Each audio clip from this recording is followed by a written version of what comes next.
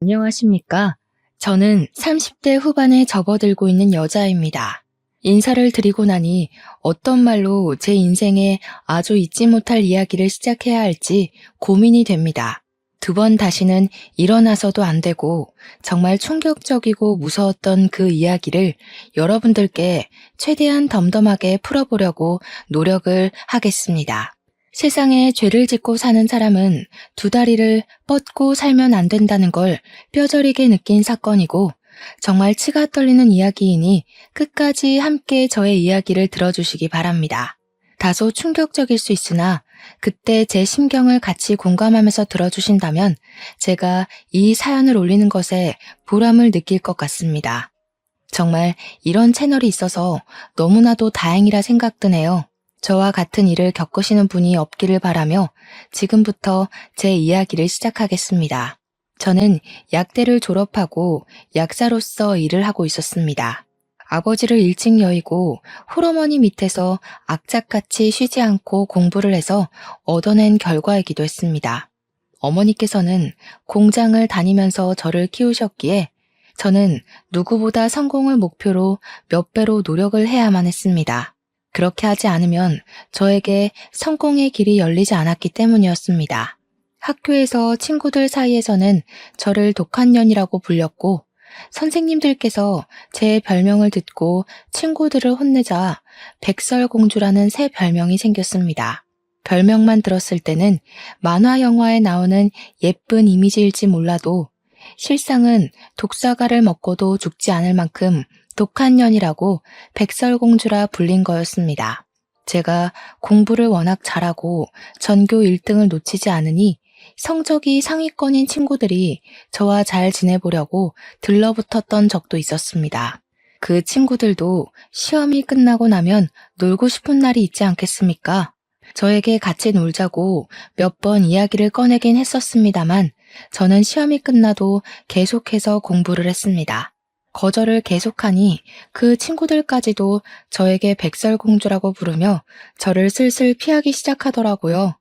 학교에서 대놓고 왕따를 당했지만 폭력이 있었던 건 아니었고 저를 기피하는 무리들이 늘어났던 거라 오히려 저는 편했습니다. 귀찮게 하는 반 친구들이 없으니 오히려 공부에만 더욱 집중을 할 수 있었거든요. 코피를 쏟으면서도 저는 책이 더러워질까 걱정을 하던 학생이었고 수면 시간을 줄여가며 공부를 해서 어지럼증이 생길 때도 있었지만 포기하지 않았습니다. 저는 그런 각고의 노력 끝에 약대에 합격을 할 수 있었습니다. 다른 친구들은 저에게 왜 의대를 가지 않았냐고 묻기도 했지만 지방 소도시에서 아무리 날고 기어봤자 서울 친구들의 사교육을 이길 수가 없더라고요. 거기다가 전액 장학금을 받으면서 대학을 진학하려고 하다 보니 약대가 제 기준에 가장 고소득 직업이긴 했습니다. 물론 저를 조롱하는 친구들도 있었습니다. 그렇게 친구들을 무시하면서 공부를 하더니 의대도 법대도 아닌 약대를 갔다면서 말이죠. 저는 그런 친구들을 마음껏 비웃어 주었습니다. 그러는 너는 약대도 가지 못하고 지방대나 전전긍긍하면서 등록금 버리는 거 아니냐고요. 저는 수능이 끝나고 서울에 올라와 자취방을 구했고 우리 어머니께서는 저희 뒷바라지를 위해 고향에 남으셨습니다. 한평생을 살았던 동네를 떠나는 것도 싫다고 하셨고 같이 서울에 올라가 봐야 서로 신경만 쓰일 거라고 하셨죠. 저도 어머니의 의견을 존중하여 혼자 서울에 올라와 자취 생활을 했고 높은 성적을 유지하며 전액 장학금을 받으면서 약대를 졸업했습니다. 저는 모든 과정을 일사천리로 통과하려 약사가 되었고 서울의 대학병원 옆에 있는 대형 약국에 취직을 할 수 있었습니다. 대형 약국에서 꽤 높은 월급을 받으며 일을 시작했을 때만 해도 저는 이제 악착같이 돈을 모으겠다는 목표가 있었습니다. 하지만 제 예상처럼 호락호락하진 않았습니다. 그 약국에는 정신이 나간 약사가 한 명 있었거든요. 그 약사는 저에게 한눈에 반했다면서 계속해서 저에게 한 번만 만나달라, 사귀자 하면서 저를 괴롭혔습니다. 그 약사분은 정말 그 어느 한 구석도 제 마음에 드는 것이 없었습니다. 생긴 것도 못생겼고요. 키도 작았고요. 저에게 사귀자고 만나자고 하는 행동이 스토커같이 느껴지기도 했고요.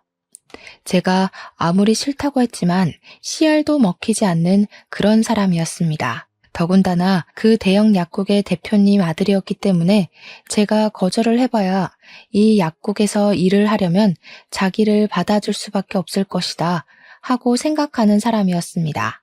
제가 아무리 치를 떨고 밀어내도 자기만의 세상에 갇혀서 제 말을 귓등으로도 듣지 않는 문외한이었습니다. 거기다가 제가 싫다고 소리를 빽 지르자 저에게 너 잘리고 싶은 거냐면서 협박이 섞인 말투로 이야기를 하기도 했습니다. 하루하루 무시하면서 지내면 된다고 최면을 걸면서 버텼지만 옆에서 앵무새처럼 따라붙어 저에게 만나자고 하는데 그 거절이 쉽겠습니까? 일을 하는 시간이건 쉬는 시간이건 계속 저만 쳐다보고 있는 그 시선까지도 너무 싫었습니다. 제가 퇴근을 하고 집에 가려고 준비를 하면 집에 가서 뭐 할 거냐, 저녁은 언제 먹냐, 자기랑 같이 먹자부터 시작해서 제가 집으로 돌아가면 집 앞이다, 잠깐 얼굴 보게 나와라, 집에 없냐, 밖에서 뭐하고 싸돌아다니냐 하면서 집착을 하기까지 했습니다. 제가 자꾸 연락에 답장을 하지 않자 제가 집에 가는 길을 뒤쫓아오면서 집에 데려다 주고 싶어서 그런다고 하는데 너무너무 무서웠습니다. 저는 집 근처를 빙빙 돌다가 도저히 참을 수가 없어서 지금 뭐 하시는 거냐고, 스토킹 하시는 거냐고 일부러 사람 많은 길거리에서 고함을 치기도 했습니다. 제가 스토커 이야기를 하자 주변에 길을 걷던 사람들이 하나둘 이목을 집중하기 시작했고 당황해서 주랭랑을 치더라고요. 며칠 잠잠한 듯 했던 그 인간이 다시 저를 미행하며 제 일거수일투족을 궁금해하기 시작하자 저는 참지 못하고 경찰서에 들어가 신고를 했습니다. 그런데 그 사람이 경찰서에서 들어와 해명을 하더라고요.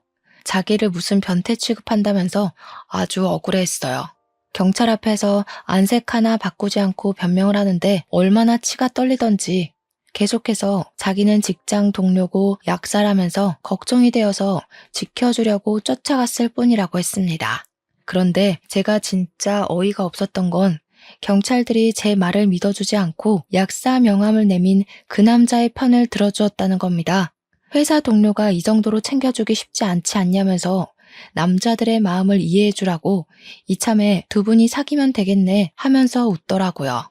결국 저는 경찰이 제 편이 아님을 깨닫고 다음날 바로 약국에 사표를 제출했습니다. 제가 대표님께 직접 가서 사표를 제출하니 대표님 아들이 저에게 와서 자기를 버리고 어디로 도망을 가냐고 난리를 치더라고요. 자기를 가지고 논 거냐, 여태 자기가 쫓아다닐 때 제대로 거절을 하지 그랬냐고 피해자 코스프레를 하는데 기가 막혔습니다. 오죽하면 같이 일하는 동료 약사들이 저것도 병이라면서 다들 고개를 절레절레 지었을까요? 저는 일부러 대표님 들으라고 큰 소리로 말했습니다. 당신이 스토킹해서 치가 떨려서 일을 그만두는 거라고요. 대표님 눈치를 보면서 자기는 그런 적 없다고 발뺌을 하길래 문자 보냈던 내역을 일일이 찾아서 보여주었습니다.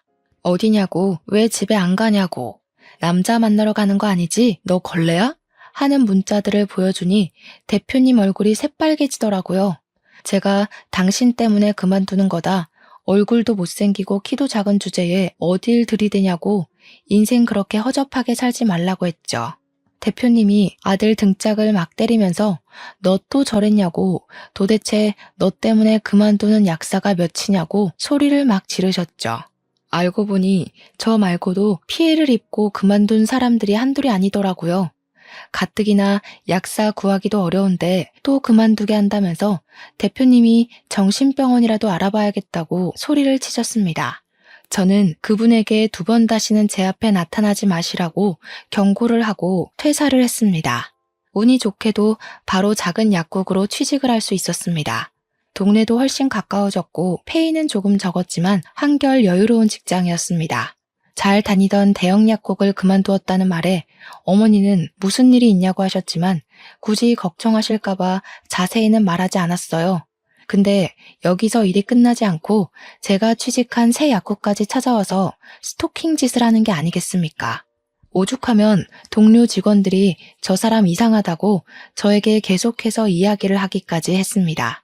결국 저는 고소를 결심했고 동료 직원들이 증언을 약속해 주어서 증거를 전부 모았습니다. 집까지 찾아오는 그 사람들을 피해서 동료 직원의 집에 지내기로 하고 고소까지 진행하니 저와 협의가 이루어지지 않았던 거죠.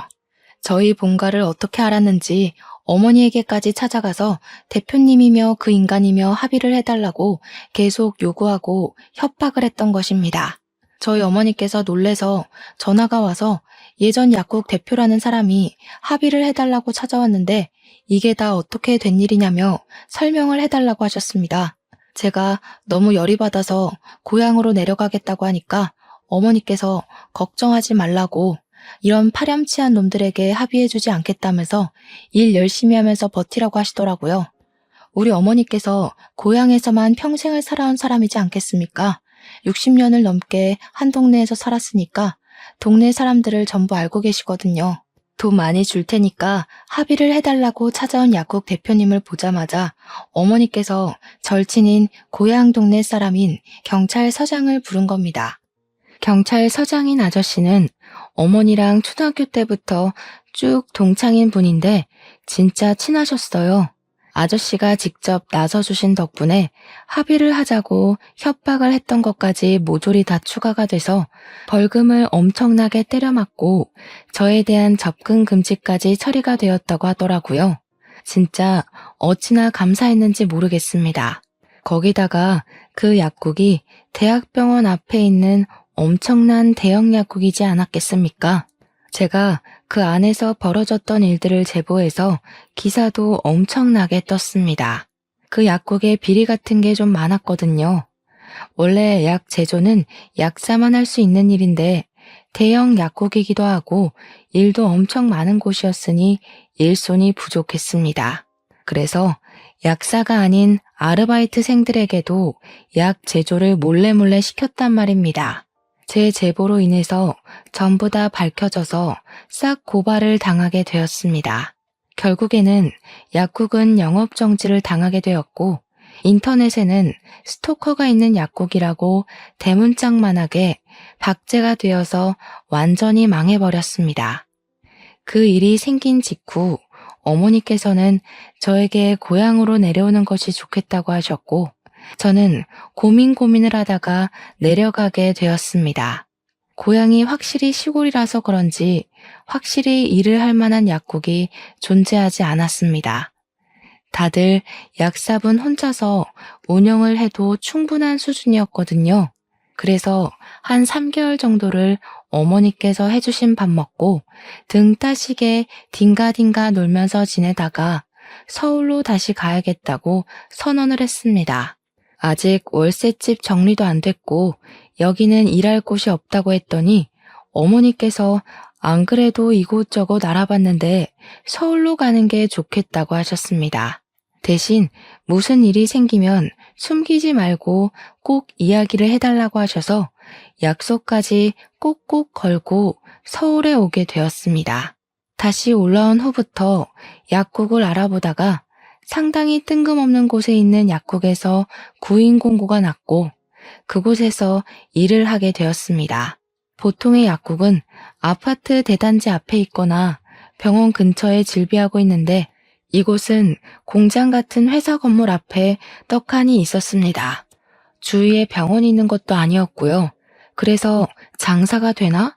왜 새 약사를 뽑는 거지? 하면서 의문을 가지고 출근을 하게 되었습니다. 큰 공장 같은 곳 앞에 있었는데 이 약국이 장사가 잘 되고 사람을 왜 새로 뽑아야 하는지 알겠더라고요. 공장에서 날카로운 걸 많이 다루는지 붕대나 연고, 밴드, 소독약 같은 걸 사러 오는 사람이 엄청나게 많았던 겁니다. 수술을 하는 사람들도 꽤 있는지 소독을 해달라고 오는 사람도 있었고요. 장사가 꽤 되기도 하고 간간히 처방전을 들고 오는 사람들도 있어서 그럭저럭 일거리가 있었습니다. 신기하다 싶었죠 뭐. 월급이 적긴 했지만 그만큼 일이 밀리지도 않고 딱 좋았습니다. 그곳에서 적응을 하고 약국 일을 보다가 알게 된 손님이 한 분 있었는데 하루는 그 손님이 손을 심하게 다쳐서 방문을 했습니다. 병원을 가보시는 게 좋을 것 같다고 하니까 일단 붕대를 감아달라고 하셔서 붕대를 감아주었습니다. 손을 심하게 다쳐서 왔기에 기억에 남아 있었는데 며칠 뒤에 그분이 다시 오셨더라고요. 병원에 가서 몇 바늘을 꿰맨 것인지 소독을 좀 해달라고 부탁을 하시길래 제가 직접 소독까지 해드렸습니다. 저한테 언제부터 일을 하셨냐면서 처음 본 것 같다고 이런저런 이야기를 물어보시길래 온 지 얼마 안 됐다고 이야기를 했었습니다. 그렇게 가끔 와서 연고도 사가고 하면서 꽤 이야기를 자주 나누게 되었고 친해지게 되었는데 대뜸 저에게 고백을 하시더라고요. 자기랑 만나보고 싶은 생각은 없냐고 슬쩍 물어보시는데 저는 갑자기 스토커 짓을 하던 그 남자의 얼굴이 떠올랐습니다. 그래서 순간 아닌 것 같다고 지금은 연애할 생각이 없다고 죄송하지만 어려울 것 같다며 거절을 했습니다. 근데 제 나이가 벌써 33살이었거든요. 그러니까 저한테 혹시라도 연애를 하고 싶다거나 하면 자기를 우선적으로 생각해달라고 하시면서 웃더라고요. 보험이 하나쯤 있으면 나쁘진 않겠다 싶은 마음에 알겠다고 대답은 했죠. 솔직히 생긴 게 호감형인 얼굴이긴 했고 스토커랑 다른 모습이 꽤 많이 보였고요. 저를 조심스럽게 대해주고 좋은 향기가 항상 묻어나는 사람이었거든요. 그렇게 한 6개월 정도를 저희 약국에 꾸준히 방문을 하시면서 저에게 관심을 표현하기 시작하셨습니다. 가끔 꽃을 사다 주시기도 하고 드링크젤을 구매하시면 꼭 저에게 한 개씩 주시면서 힘내라고 응원도 해주시고요. 소소한 일상에서 묻어나는 작은 기쁨이었다고나 할까요? 절대로 제가 부담을 가지지 않도록 저에게 조용히 한 걸음씩 다가오셨습니다. 제가 결국에는 스토커 이야기를 슬며시 했는데 그 이후에 더욱 저에게 조심스럽게 행동을 해주시고 상당히 세심한 사람이었습니다. 저는 마음이 점점 열리게 되었고 그분의 마음을 받아주게 되었습니다. 연애를 시작하고 나니 주말에는 데이트를 하느라 저는 점점 고향에 찾아가는 시간이 줄어들게 되었고 어머니께서 저를 걱정하기 시작하셨습니다. 스토커에게 당한 이후에 자주 고향에 방문을 해서 시간을 보냈었는데 내려오는 시간이 줄어드니 무슨 일이 생긴 건 아닐까 싶으셨던 거죠. 저는 결국 어머니께도 연애를 하고 있다는 사실을 밝히게 되었고 어머니께서는 엄청 좋아하면서 우리 딸이 드디어 시집을 가는 거냐고 하셨습니다.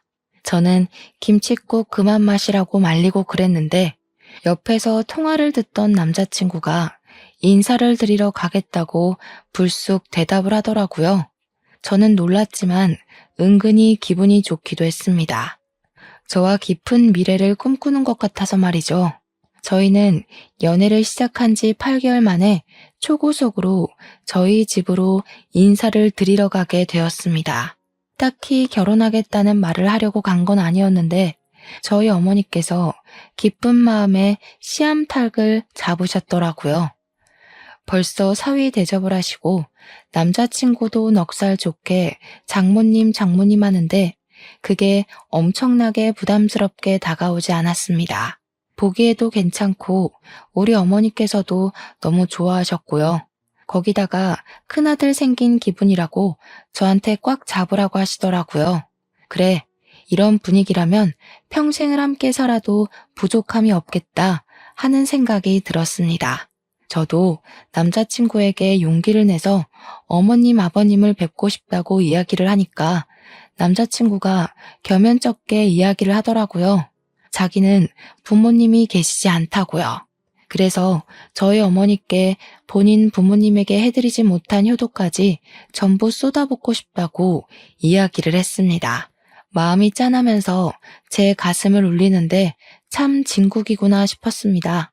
그날 저녁에 어머니께 슬쩍 떠보니까 너무 좋다고 하시면서 당장이라도 나를 잡으라고 하시길래 결혼을 하자고 말을 할까 고민을 하던 도중 일이 생겼습니다. 어머니께서 공장에서 일을 하시다가 그만 쓰러지셨다는 연락을 받게 된 것입니다.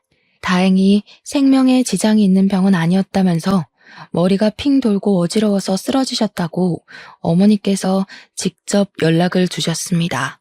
저는 놀란 마음에 한달음으로 고향까지 달려가게 되었는데 병원에서 여러 검사를 거친 결과 머리에 혹이 있다면서 수술을 해야 한다고 하더라고요. 암은 아니고 그냥 혹으로 보인다고 걱정하지 말라고 하셨지만 위치가 뇌를 압박할 수 있는 자리에 있으니 빠르게 제거를 하는 게 좋겠다고 하셨습니다.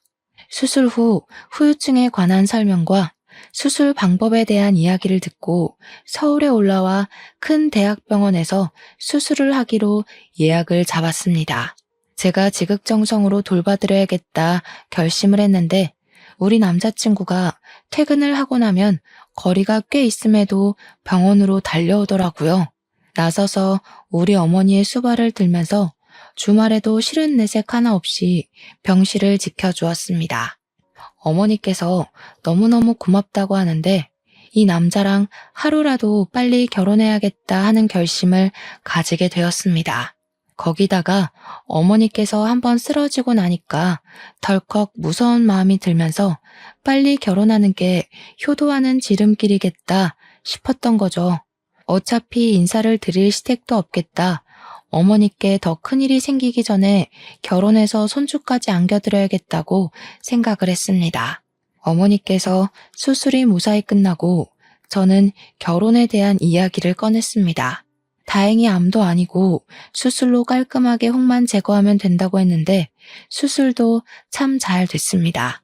단지 뇌를 살짝 압박하고 있었던 탓에 신경을 살짝 건드리게 되면서 어머니께서는 후각을 느끼지 못하게 되긴 했지만요. 어머니께서는 죽다 살아난 기분인데 후각이 뭐가 문제냐고 신경 쓰지 말라고 하셨습니다. 의사 선생님께서도 후각은 나중에라도 돌아올 수 있는 거니까 괜찮을 거라고 하셨습니다. 어머니께서는 다시 고향으로 내려가시게 되었고 저희는 결혼 준비를 시작하게 되었습니다. 정말 간단하게 최소한의 형식만 지키자는 마음으로 남들 하는 만큼만 준비를 한다고 서둘러서 했음에도 불구하고 4개월이라는 시간이 걸렸습니다. 어머니께 정말 예쁘고 고급스러운 한복 한 벌 딱 해드리고 결혼식을 올렸고 저희는 사정상 신혼여행은 생략하였습니다. 신혼집을 구하느라 돈이 많이 들어가기도 했고요. 어머니께서 수술하신 지 얼마 되지 않았으니 불안한 마음에 신혼여행은 나중에 가도 된다고 미루게 되었습니다. 그렇게 알콩달콩한 신혼이 시작되고 꽃길만 평생 걸을 줄 알았던 제 결혼 생활은 처음과 달리 시간이 지나면서 점점 틀어지기 시작했습니다. 저와 남편 사이에서 아이가 생기지 않았던 것이 제일 문제였습니다. 피임을 딱히 하는 것도 아니었는데 저희에게 축복의 소식이 찾아오지 않았습니다. 처음에는 별 대수롭지 않게 생각하며 천천히 가져도 충분하다 했는데 결혼하고 3년이라는 시간이 흘렀음에도 아이가 생기지 않자 슬슬 불안해지기 시작했습니다. 어머니께서도 은근히 손주를 바라는 눈치였으니까요. 물론 딸이 스트레스 받을까봐 관심 없는 척 하셨지만 딸인 제가 그걸 모르겠습니까?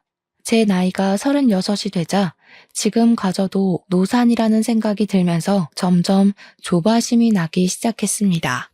남편 역시 저에게 우리 둘 사이에 문제가 있는 것도 아닌데 왜 아이가 생기지 않는 거냐며 슬슬 지쳐가고 있었습니다.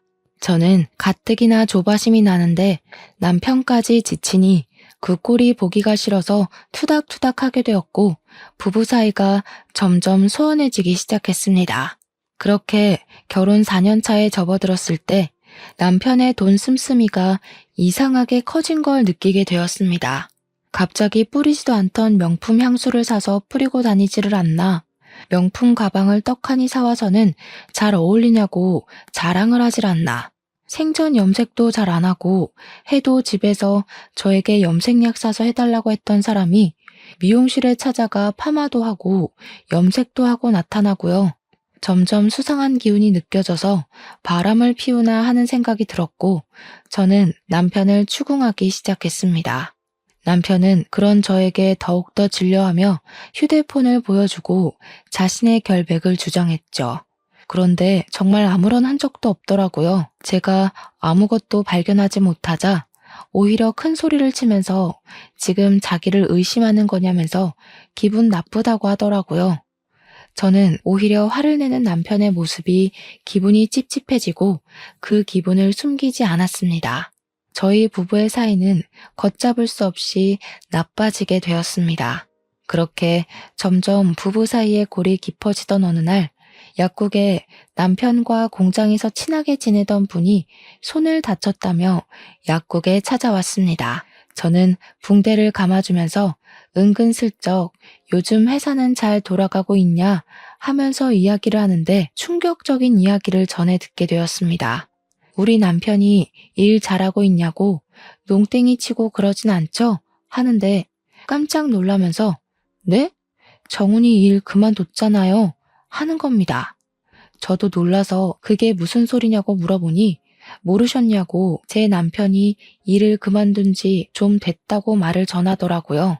저는 약국에서 퇴근을 하자마자 남편에게 당신 일 그만뒀냐고 여태 무슨 돈으로 사치를 하고 지낸 거냐고 화를 냈습니다. 남편이 저한테 에이 하면서 아무 말도 하지 않고 냉장고에서 소주를 꺼내서 벌컥벌컥 벽나발을 불더라고요. 저한테 제대로 말을 못하는 걸로 봐서는 저 몰래 일을 그만두고 받은 퇴직금으로 사치를 부린 것 같았습니다. 제가 얼마나 속이 상하고 황당했는지 어떻게 말도 없이 그럴 수가 있냐고 닥달을 했더니 저를 째려보는데 그 눈빛이 정말 무서웠습니다. 남편과 살면서 처음으로 살기를 느낀 눈빛이었다고나 할까요? 저에게 잔소리 좀 그만하라고 지겨워 죽겠다면서 성질을 버럭 내더라고요. 솔직히 아직 잔소리는 시작도 안 했는데 남편의 눈빛이 무서워서 입을 다물게 되었고 저희는 그날 이후로 대화를 하지 않을 정도로 사이가 나빠졌습니다. 그렇게 한 3개월이라는 시간을 살얼음판 같은 분위기로 보냈는데 어머니에게서 갑자기 연락이 도착하게 되었습니다. 어머니께서 넘어지면서 크게 다쳤다고 병원이라고 하시더라고요. 놀래서 바로 고향으로 찾아가게 되었습니다. 어머니께서는 고사리를 딴다고 산에 가셨다가 산비탈에서 발을 헛디뎌 고꾸라지시면서 뼈와 근육을 심하게 다친 상태였습니다. 병원에서 뼈 고정은 다 시켜놨으니 집에 가서 근육 회복을 하고 뼈가 잘 붙는지 통원 치료를 하면 된다고 하더라고요. 하지만 어머니께서는 혼자 살고 계셨고 저는 일을 하고 있었으니 걱정이 되는 거예요. 어머니께서는 저에게 동네 사람들에게 도와달라고 하면 된다고 하셨지만 집에서 병수발을 들 사람이 있는 거랑 없는 거랑은 차이가 크잖아요. 졸지에 외벌이로 살고 있는 제가 내려올 수도 없으니 저는 일단 집으로 올라오게 되었습니다. 집에서 내내 한숨만 쉬고 있으니까 남편이 저에게 땅 꺼지겠다면서 한숨 좀 그만 쉬라고 짜증을 확 내더라고요. 제가 너무 화가 나서 엉엉 울면서 네가 일만 했어도 내가 한숨 쉴 일 없었을 거라고 화를 냈죠. 우리 엄마 병수발도 못 드는데 하니까 남편이 솔깃해하면서 장모님이 왜? 하더라고요. 우리 엄마 지금 다쳐서 전신 깁스한 수준이라고 그랬더니 남편이 곰곰이 생각을 하더니 자기가 내려가겠다고 하더라고요. 남편에게 취직 안 할 거냐고 하니까 알아서 하겠다면서 장모님 아프신데 그게 문제냐고 자기가 병수발을 들겠다고 하는 겁니다. 저야 고맙다고 인사를 해도 모자랄 판이니까 조용히 눈치를 보니 당장 내일이라도 가겠다고 하더라고요. 저는 서울에서 계속 일을 하고 있었고 남편은 고향으로 가서 저희 어머니와 함께 지내면서 병수발을 들더라고요. 제가 주말에 내려가니까 동네 사람들이 전부 저한테 남편이 효자라고 너무 좋겠다고 칭찬을 넘치게 하시더라고요. 우리 어머니의 병수발을 어찌 그리 세심하게 들고 극진하게 대접을 하는지 부러워 죽겠다고 하셨습니다. 그런 말을 하나 둘 듣다 보니까 우리 남편이 조금 달리 보이기도 하고 왠지 어깨가 으쓱해지기도 하더라고요. 집에 도착하니 어머니께서 남편이랑 하하호호 웃으면서 있는데 보기 좋았습니다. 남편이 서툰 솜씨로 밥까지 다 챙겨준다고 하시면서 가끔 맛이 좀 이상하긴 하지만 수발을 들어주니 너무 편하고 좋다고 하셨습니다. 그래서 저는 그냥 끄덕였죠. 집에서 밥은커녕 라면 하나 지 손으로 끓여 먹지 않던 사람이 대단하다 싶기도 했습니다. 근데 남편이 저를 보더니 인상을 팍 쓰면서 여기는 뭐하러 왔냐고 퉁명스럽게 물어보더라고요. 제가 뭐 못 올 때 온 것도 아니고 우리 집에 내가 오겠다는데 자기가 인상을 왜 쓰는지 찬물을 확 끼얹은 것처럼 기분이 상했습니다. 주말이라 하루 자고 가려고 왔다니까 남편이 저보고 어머니랑 같이 자라고 하더라고요. 밤에 화장실 왔다 갔다 하실 때 불편해 하신다고 그래서 알겠다고 했는데 어머니께서 저한테 남편이랑 같이 자야지 왜 여기서 자냐고 타박을 하셨습니다. 밤에 화장실 알아서 잘 갈 테니까 남편이 옆에서 자고 가라고 하시더라고요. 졸지에 쫓겨나서 남편 방으로 갔더니 남편이 화들짝 놀라더라고요. 여기는 왜 왔어? 하는데 내가 뭐 못 올 때 온 거냐고 대답하고 방을 둘러보는데 은근히 자기 짐을 채워뒀더라고요. 그러다 선반에 웬 안약통 같은 게 5개가 쪼르륵 있길래 이게 뭐야? 하고 보니 니코틴 원액이라고 쓰여 있더라고요. 그러자 남편이 만지지 마 하면서 날선 반응을 보였습니다. 제가 약사니까 니코틴이 뭔지 잘 아니까 이게 왜 여기 있냐고 물어보니까 남편이 그러더라고요. 장모님이 담배 냄새를 싫어하셔서 냄새가 없는 전자담배로 바꾸었다고요. 여기가 시골이라 전자담배를 파는 매장이 멀어서 한 번 갈 때 여러 통을 사두게 되었다고 하길래 저는 전자담배를 피워본 적이 없어서 그런가 보다 하고 넘어갔습니다. 다음 날은 밥 차리느라 고생하는 남편을 대신해서 제가 식사 준비를 다 하고 다들 맛있게 먹고 정리까지 마친 뒤 저는 출근을 해야 해서 서울로 돌아오게 되었습니다. 제가 자주 갈 수가 없으니까 어머니와 일주일에 2~3번 정도 통화를 하는데 최근 들어서 어머니께서 자꾸 그러시더라고요. 이상하게 몸이 점점 안 좋아지는 것 같다고. 뼈가 이상한 데 가서 붙었나 하시더라고요. 자꾸 어지러운 느낌이 들고 속이 울렁울렁 뱃멀미를 하는 것처럼 뒤집어지고 밥맛도 영 없고 맛도 이상하게 느껴진다고 하셨습니다. 후각에 문제가 있으니 맛이 제대로 느껴지지 않을 수 있어서 그런 거 아니냐고 했더니 밥이 좀 쓴 것 같고 역하다고 하시더라고요. 그래서 어머니께 큰 병원에 가서 검사를 한 번 더 받아봐야 하는 거 아니냐고 걱정이 된다고 했더니 그래야 하나 하시더라고요. 전화를 끊고 남편에게 전화를 걸어서 엄마 모시고 동네 병원이라도 가서 피검사 한번 받아봐라 했는데 남편이 한숨을 푹 쉬었어요. 원래 늙으면 다 식욕이 사라지고 속도 불편하고 하는 거라면서 뭘 이런 걸로 검사까지 하냐고 유난인 거라고 하더라고요. 그냥 그런 건가? 하고 있었는데 같이 일을 하던 약사님께서 담배를 좀 피고 오겠다면서 전자담배를 들고 나가시더라고요.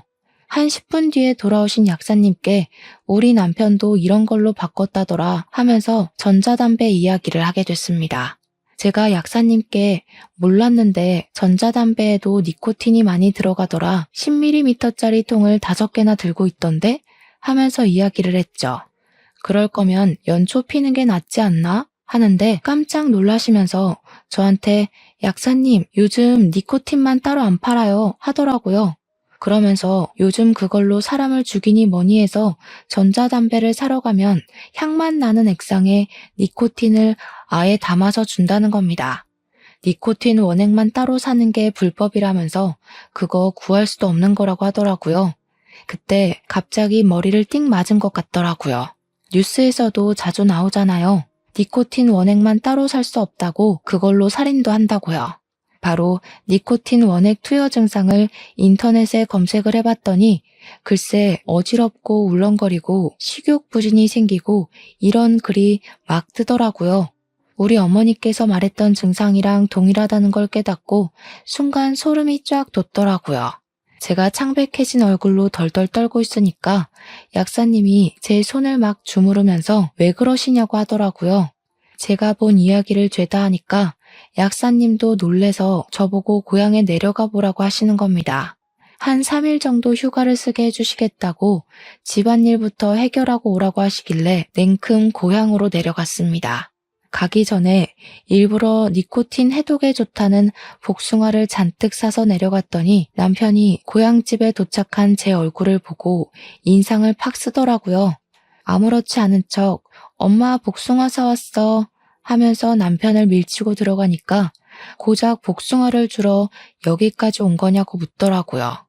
갑자기 약국에 일이 생겨서 문을 닫았다고 태연하게 거짓말을 하고 복숭아 좀 먹으라고 니코틴 해독에 좋다고 하니 남편이 정색을 하더라고요. 장모님 속도 쓰리다고 하시는데 무슨 복숭아를 사오냐고요. 저는 잠시 남편이 배 아프다고 화장실에 간 사이에 남편 방에서 니코틴 원액을 찾았습니다. 그게 약간 갈색빛이 나길래 저는 미리 전자담배 파는 곳에서 똑같은 니코틴 용액 케이스만 따로 구매해서 그 안에 간장을 채워넣고 색을 비슷하게 만들어서 바꿔치기를 했습니다. 얼핏 보기에는 니코틴 원액과 차이점이 보이지 않아서 원래 니코틴 원액은 제가 따로 챙겨두고는 태연하게 거실 소파에 앉아 있었습니다. 아무렇지 않은 척 시간을 보내다가 저녁 먹을 때쯤 돼서 저는 입맛이 없다는 핑계를 대고는 남편이 하는 짓을 힐끔힐끔 쳐다보았습니다. 남편은 제가 내일 출근 때문에 밤늦게 서울로 출발할 거라고 했더니 그래? 하면서 안색이 밝아지더라고요. 어찌나 소름이 끼치던지. 대신 피곤하니까 당신이 밥을 좀 하라고 했더니 당연하지 하면서 주방으로 들어가더라고요. 남편이 밥 차리는 동안 저는 관심 없는 척 TV를 보는 척 하면서 연기를 하다가 슬쩍 주방을 보니까 제가 바꿔치기 한 니코틴 용액을 슬며시 열더라고요. 저는 이때다 싶어서 몰래 휴대폰 동영상으로 찍기 시작했습니다. 제가 간장을 넣었으니 밥에 색이 살짝 묻어났나 보더라고요. 그러니 태연하게 밥을 숟가락으로 휘휘 섞는데 진짜 손이 떨려 죽을 뻔했습니다. 그런 장면이 모조리 다 보일 수 있게 일부러 확대까지 해서 찍고 있었습니다. 남편이 밥도 다 차렸는데 언제 집에 갈 거냐고 묻길래 엄마가 밥 먹는 것만 보고 가겠다고 하니까 인상을 또 팍팍 쓰면서 빨리 가라고 하더라고요. 제가 왜? 하고 물으니까 당황해하면서 밤이 늦으면 운전도 위험하고 하면서 변명을 했습니다. 그러고는 식사를 시작했는데 어머니께서 밥을 한 숟가락 떠 드시더니 오늘은 이상하게 밥이 짜네 하시더라고요. 저는 이때다 싶어서 입을 열었습니다. 엄마, 그 밥에 간장이 들어가서 그래. 그래서 짠 거야. 제 말에 남편도 어머니도 저를 쳐다보더라고요. 혹시 요즘에 경찰에 신고할 때 문자 메시지로 신고 접수가 가능한 거 다들 알고 계시나요? 제가 미리 경찰에 신고를 해두어서 경찰이 출동을 한 상태였거든요. 때마침 근처에서 사이렌이 울리길래 현관문을 열어주었습니다. 경찰이 범죄 신고를 받고 왔다고 집에 들이닥치는데 제가 남편을 가리켰습니다. 저희 남편이 우리 엄마 밥에 니코틴을 섞고 있었습니다. 제 말에 남편이 화들짝 놀라면서 무슨 소리를 하는 거냐고 억울하다고 정신병자냐고 소리를 치더라고요. 그래서 저는 출동한 경찰에게 제가 찍어두었던 영상을 보여주고 빼돌렸던 니코틴 원액을 경찰에게 넘겼습니다. 그걸 소지하고 있는 것만으로도 충분히 불법이라고 하더라고요. 경찰이 이 밥이 니코틴이 섞인 밥이냐고 묻길래 제가 간장으로 바꿔치기 해두었다고 설명을 했습니다. 어머니는 경찰차를 타고 인근 응급실에서 급하게 혈액 검사를 하게 되었고 혈액에서 니코틴 성분이 다량 검출되었습니다. 남편은 본인이 흡연자이기에 장모님이 간접 흡연을 하게 되어 니코틴 성분이 나온 거라고 박박 우기더군요. 하지만 경찰은 간접 흡연으로 이런 수치가 뜰 수 없다면서 남편을 긴급 체포했습니다. 남편은 살인 미수죄로 재판을 받게 되었고 저는 이혼 소송을 바로 걸었으며 아이도 없고 사항이 긴급하다 보니 이혼 처리가 빠르게 이루어졌습니다. 당연히 저에게 위자료를 지급하라는 판결이 나왔고 구치소에 소감이 된 남편을 찾아가서 퇴직금을 내놓으라고 했습니다. 그러니 남편이 피식 웃으면서 자기가 돈이 하나도 없다고 하는 겁니다. 몇 년 동안 거기서 일을 했는데 퇴직금은 다 어디다가 쓴 거야? 나 퇴직한 게 아니라 잘린 거야. 권고사직. 돈 한 푼도 없어. 재판 도중에 알게 된 사실인데 살인을 하려는 동기가 사망보험금 때문이었다고 하더군요. 저도 모르는 사이에 수익자를 남편 이름으로 해서 사망보험을 무려 5개나 가입을 했다고 하더라고요. 전 회사에서 잘린 이유도 몇 년간 횡령을 했고 그게 걸려서 잘린 것이었습니다. 횡령한 금액을 배상해야 하는 상황이 놓인 상태에서 이런 짓을 저지른 거죠. 횡령한 돈을 전부 그동안 지 치장을 하고 명품을 사는 데 사용했기에 갚을 돈이 없었던 겁니다. 결국 우리 어머니를 죽여서 받을 보상금을 노리고 있었던 것이었습니다. 진짜 이게 사람인가 싶어서 얼마나 치를 떨었는지 재판하는 내내 입을 꾹 다물고는 인정도 부정도 하지 않더라고요. 최소한 죄송하다는 말은 나올 줄 알았는데 지는 끝까지 잘못한 게 없는 것처럼 굴었습니다. 그저 재수가 없고 운이 나빠서 걸린 거지 자기 계획은 완벽했다는 사람처럼 말이죠. 그런데 사건이 밝혀질수록 이상한 점들이 나오기 시작했습니다. 남편의 부모님도 돌아가셨다고 했지 않습니까? 그 사인도 이상했던 겁니다. 나중에 여죄로 드러나게 되었는데 남편이 부모 역시 니코틴으로 살해를 했던 것이었습니다. 보험금까지 본인이 수령을 해서 차를 사고 집을 사고 했던 것입니다.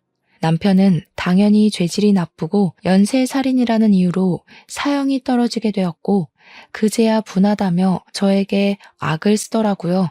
진짜 정신 나간 놈인 줄 알았습니다. 저는 남편 이름으로 된 재산을 변호사를 통해서 위임장을 받아 모두 처분할 수 있었습니다.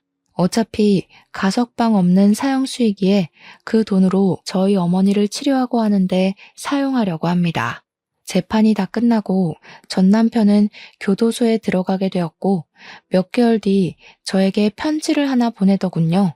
너무 힘들고 외롭다면서 면회 한 번만 와달라고 하는데 진짜 이게 사이코패스구나 싶었습니다.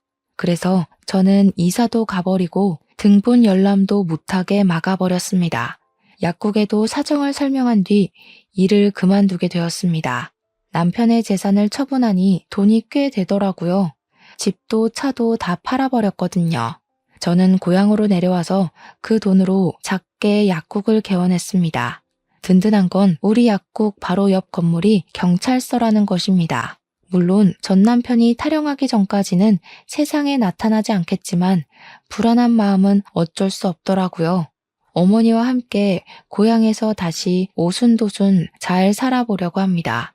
어머니의 회복이 끝날 때까지 저는 치료에만 집중하겠습니다. 제 이야기를 들어주셔서 정말 감사합니다.